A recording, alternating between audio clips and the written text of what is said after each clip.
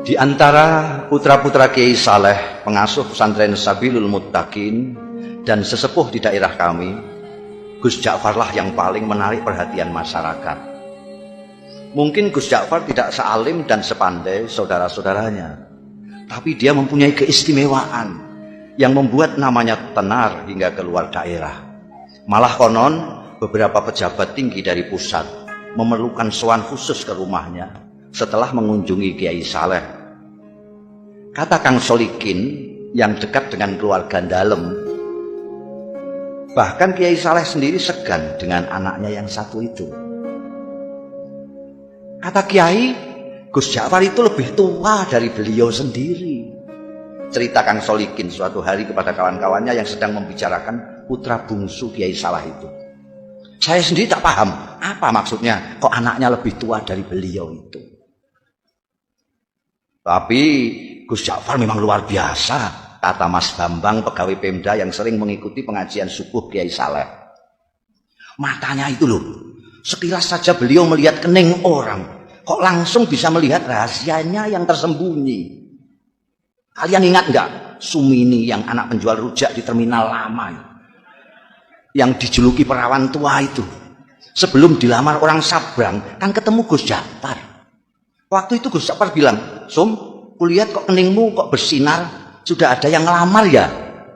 Duh, tak lama kemudian orang Sabrang itu datang melamar Sumini. Kang Kandar kan juga begitu. Timpal Mas Guru Slamet. Kalian kan mendengar sendiri ketika Gus Ja'far bilang kepada tukang kebun SD 4 itu, "Kang, saya lihat hidung sampean kok sudah bengkok. Sudah capek menghirup napas ya?" Loh, ternyata besoknya Kang Kandar meninggal. Ya, waktu itu saya pikir Gus Ja'far hanya berkelakar, sahut Ustadz Kamil. Nggak tahunya beliau sedang membaca tanda pada diri Kang Kandar. Saya malah mengalami sendiri, kata Lek Salamun pemborong yang dari tadi sudah kepengin ikut bicara. Waktu itu tak ada hujan, tak ada angin. Gus Ja'far bilang kepada saya, "Wah, saku sampean kok mondol-mondol, dapat proyek besar ya?" Padahal saat itu saku saya justru sedang kempes-kempesnya. Dan percaya atau tidak, esok harinya saya memenangkan tender yang diselenggarakan Pemda tingkat provinsi. Apa yang begitu itu yang disebut ilmu kasab ya? Tanya Pak Carik yang sejak tadi hanya asik mendengarkan. Mungkin saja, jawab Ustadz Kamil. Makanya saya justru takut ketemu Gus Ja'far itu. Takut dibaca tanda-tanda buruk saya. Lalu pikiran saya terganggu. Maka ketika kemudian sikap Gus Ja'far berubah, masyarakat pun geger. Terutama para santri kalong, orang-orang kampung yang ikut mengaji tapi tidak tinggal di pesantren seperti Kang Solikin yang selama ini merasa dekat dengan beliau. Mula-mula Gus Ja'far menghilang berminggu-minggu. Kemudian ketika kembali, tahu-tahu sikapnya berubah menjadi manusia biasa. Dia sama sekali berhenti dan tak mau lagi membaca tanda-tanda. Tak mau lagi memberikan isyarat-isyarat yang berbau ramalan. Ringkas kata, dia benar-benar kehilangan keistimewaannya. Jangan-jangan ilmu beliau hilang pada saat beliau menghilang itu. Komentar Mas Guru Slamet penuh penyesalan. Sayang sekali. Apa gerangan yang terjadi pada beliau ya? Kemana beliau pergi saat menghilang pun kita tidak tahu, kata Lek Salamun. Kalau saja kita tahu kemana beliau pergi, mungkin kita akan mengetahui apa yang terjadi pada beliau dan mengapa beliau kemudian berubah. Tapi bagaimanapun ini ada hikmahnya, ujar Ustadz Kamil. Paling tidak kini kita tidak bisa setiap saat menemui Gus Ja'far tanpa Gus Ja'far tanpa merasa deg-degan dan was-was. Bisa mengikuti pengajiannya dengan niat tulus mencari ilmu, tidak takut ditebak-tebak. Maka jika kita ingin mengetahui apa yang terjadi dengan Gus kita ini hingga sikapnya berubah dan ilmunya hilang, sebaiknya kita langsung saja menemui beliau. Begitulah sesuai usul Ustadz Kamil pada malam Jumat sehabis wiridan salat Isya, saat mana Gus Ja'far Prei tidak mengajar. Rombongan santri kalong sengaja mendatangi rumahnya. Kali ini hampir semua anggota rombongan merasakan keakraban Gus Ja'far jauh melebihi yang sudah-sudah. Mungkin karena kini tidak ada lagi sekat berupa rasa segan, was-was dan takut dibaca tanda-tanda. Setelah ngobrol ke sana kemari, akhirnya Ustadz Kamil berterus terang mengungkapkan maksud utama kedatangan rombongan. Gus, di samping silaturahmi seperti biasa, malam ini kami datang juga dengan sedikit keperluan khusus. Singkatnya, kami penasaran dan sangat ingin tahu latar belakang perubahan sikap sampean. Perubahan apa? Tanya Gus Ja'far sambil tersenyum penuh arti. Sikap yang mana? Kalian ini ada-ada saja. Saya kok merasa tidak berubah. Dulu sampean kan biasa dan suka membaca tanda-tanda orang. Tukas Mas Guru Slamet. Kok sekarang tiba-tiba makpet? Sampean tak mau lagi membaca, bahkan diminta pun tak mau. Oh itu, kata Gus Ja'far seperti benar-benar baru tahu. Tapi dia tidak segera meneruskan bicaranya. Diam agak lama. Baru setelah menyeruput kopi di depannya, dia melanjutkan. Ceritanya panjang. Dia berhenti lagi. Membuat kami tidak sabar, tapi kami diam saja. Kalian ingat enggak? Saya lama menghilang. Akhirnya Gus Ja'far bertanya, membuat kami yakin bahwa dia benar-benar siap untuk bercerita. Maka serempak kami mengangguk. Suatu malam, saya bermimpi ketemu almarhum ayah. Dan saya disuruh mencari seorang wali sepuh yang tinggal di sebuah desa kecil di lereng gunung yang jaraknya dari sini sekitar 200 km ke arah selatan. Namanya Kiai Tawakal. Kata ayah dalam mimpi itu, hanya kiai-kiai tertentu yang tahu tentang kiai yang usianya sudah lebih 100 tahun ini. Santri-santri belajar kepada beliau pun rata-rata sudah disebut kiai di daerah masing-masing. Terus terang, sejak bermimpi itu saya tidak bisa menahan keinginan saya untuk berkenalan dan kalau bisa berguru kepada wali tawakal itu. Dengan diam-diam dan tanpa pamit siapa-siapa, saya pun pergi ke tempat yang ditunjukkan ayah dalam mimpi dengan niat bil barokah dan menimba ilmu beliau. Ternyata ketika sampai di sana, hampir semua orang yang saya jumpai mengaku tidak mengenal nama Kiai Tawakal. Baru setelah seharian melacak ke sana kemari, ada seorang tua yang memberi petunjuk. Cobalah nak mas, ikuti jalan setapak di sana itu, katanya. Nanti nak mas akan berjumpa dengan sebuah sungai kecil. Terus saja nak mas menyeberang. Begitu sampai seberang, nak mas akan melihat gubuk-gubuk kecil dari bambu. Nah, kemungkinan besar orang yang nak mas cari akan nak mas jumpai di sana. Di gubuk yang terletak di tengah-tengah itulah tinggal seorang tua seperti yang nak mas gambarkan. Orang sini memanggilnya Mbah Jogo. Barangkali itulah yang nak mas sebut Kiai siapa tadi? Kiai Tawakal. Ya, Kiai Tawakal. Saya yakin itu orangnya, Mbah Jogo. Saya pun mengikuti petunjuk orang tua itu menyeberang sungai dan menemukan sekelompok rumah gubuk dari bambu. Dan betul, di gubuk bambu yang terletak di tengah-tengah, saya menemukan Kiai Tawakal alias Mbah Jogo sedang dikelilingi santri-santrinya yang rata-rata sudah tua. Saya diterima dengan penuh keramahan, seolah-olah saya sudah merupakan bagian dari mereka. Dan kalian tahu, ternyata penampilan Kiai Tawakal sama sekali tidak mencerminkan sosoknya sebagai orang tua. Tubuhnya tegap, wajahnya berseri-seri, kedua matanya indah memancarkan kearifan.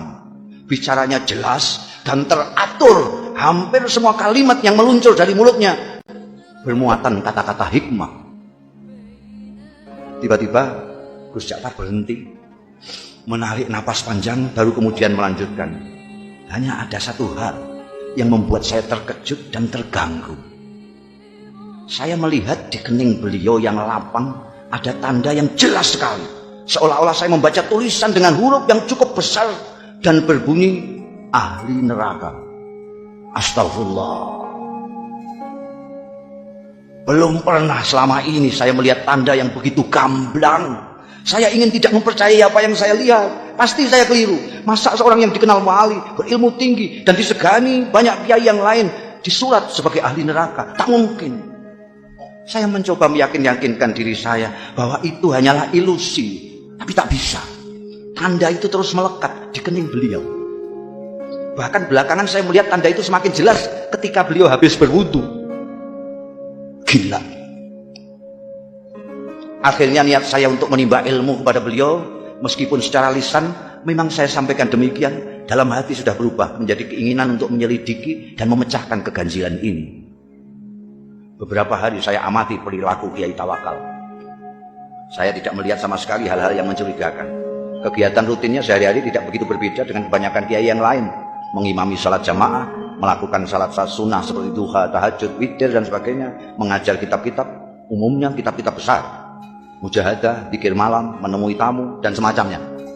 Kalaupun beliau keluar, biasanya untuk memenuhi undangan hajatan atau, dan ini sangat jarang sekali, mengisi pengajian umum. Baru setelah beberapa minggu tinggal di pesantren, saya mendapat kesempatan atau tepatnya keberanian untuk mengikuti Kiai Tawakal keluar. Saya pikir inilah kesempatan untuk mendapatkan jawaban atas tanda tanya yang selama ini mengganggu saya. Begitulah pada suatu malam purnama, saya melihat Kiai keluar dengan berpakaian rapi. Beliau berbelok. Ketika kemudian saya ikuti belok, saya kaget ternyata sosoknya tak kelihatan lagi. Yang terlihat justru sebuah warung yang penuh pengunjung. Terdengar gelak tawa ramai sekali. Dengan bengong saya mendekati warung terpencil dengan penerangan petromak itu. Dua orang wanita, yang satu masih muda, yang satu lagi agak lebih tua, dengan dandanan yang menor, sibuk melayani pelanggan sambil menebar tawa genit ke sana kemari. Tidak mungkin Kiai mampir ke warung ini, pikir saya. Ke warung biasa saja tidak pantas, apalagi warung yang suasananya saja mengesankan kemesuman itu. Mas Ja'far, tiba-tiba saya dikagetkan oleh suara yang tak asing di telinga saya, memanggil-manggil nama saya. Masya Allah, saya hampir tidak mempercayai pendengaran dan penglihatan saya. Memang betul, mata saya melihat Kiai Tawakal melambaikan tangan dari dalam warung. Dengan kikuk dan pikiran tak karuan, saya pun terpaksa masuk dan menghampiri Kiai saya yang duduk santai di pojok. Warung penuh dengan asap rokok. Kedua wanita menor menyambut saya dengan senyum penuh arti. Kiai Tawakal menyuruh orang di sampingnya untuk bergeser. Kasih kawan saya ini tempat sedikit. Lalu kepada orang-orang yang ada di warung, Kiai memperkenalkan saya. Katanya, ini kawan saya, dia baru datang dari daerah yang cukup jauh. Cari pengalaman, katanya. Mereka yang duduk dekat serta-merta mengulurkan tangan, menjabat tangan saya dengan ramah. Sementara yang jauh melambaikan tangan. Saya masih belum sepenuhnya menguasai diri. Masih seperti dalam mimpi. Ketika tiba-tiba saya dengar Kiai menawari, minum kopi ya. Saya mengangguk asal mengangguk. Kopi satu lagi yuk, kata Kiai kepada wanita warung sambil mendorong piring jajan ke dekat saya. Silakan, ini namanya Rondo Royal, tape goreng kebanggaan warung ini. Lagi-lagi saya hanya mengangguk kepala asal mengangguk. Kiai Tawakal kemudian asik kembali dengan kawan-kawannya dan membiarkan saya bengong sendiri. Saya masih tak habis pikir, bagaimana mungkin Kiai Tawakal yang terkenal waliullah dan dihormati para kiai lain bisa berada di sini, akrab dengan orang-orang beginian, bercanda dengan wanita warung. Inikah yang disebut Lelono Broto? Ataukah ini merupakan dunia lain beliau yang sengaja disembunyikan dari umatnya? Tiba-tiba saya seperti mendapat jawaban dari tanda tanya yang selama ini mengganggu saya. Dan karenanya saya bersusah payah mengikutinya malam ini. Oh, pantas. Di keningnya aku lihat tanda itu. Tiba-tiba sikap dan pandangan saya terhadap beliau berubah. Mas, sudah larut malam. Tiba-tiba suara Kiai Tawakal membuyarkan lamunan saya. Kita pulang yuk. Dan tanpa menunggu jawaban saya, Kiai membayari minuman dan makanan kami, berdiri, melampai kepada semua, kemudian keluar. Seperti kerbau dicocok hidung, saya pun mengikutinya. Ternyata setelah melewati kebun sengon, Kiai Tawakal tidak menyusuri jalan-jalan yang tadi kami lewati. Biar cepat, kita mengambil jalan pintas saja ya, katanya. Kami melewati pematang, lalu menerobos hutan, dan akhirnya sampai di sebuah sungai. Dan sekali lagi saya menyaksikan kejadian yang mengguncangkan. Kiai Tawakal berjalan di atas permukaan air sungai seolah-olah di atas jalan biasa saja. Delonyor-delonyor. Sampai di seberang, beliau menoleh ke arah saya yang masih berdiri mematung. Beliau melambai, "Ayo," teriaknya. Untung saya bisa berenang. Saya pun kemudian berenang menyeberangi sungai yang cukup lebar. Sampai di seberang, ternyata Kiai Tawakal sudah duduk-duduk di bawah pohon randu alas menunggu. "Kita istirahat sebentar," katanya, tanpa menengok saya yang sibuk berpakaian. "Kita pasti punya waktu, insya Allah sebelum subuh kita sudah sampai pondok." Setelah saya ikut duduk di sampingnya, tiba-tiba dengan suara berwibawa, Kiai berkata mengejutkan, "Bagaimana? Kau sudah menemukan apa yang kau cari? Apakah kau sudah menemukan pembenar dari tanda yang kau baca di kening saya? Mengapa kau seperti masih terkejut? Apakah kau yang mahir melihat tanda-tanda menjadi ragu terhadap kemahiranmu sendiri?"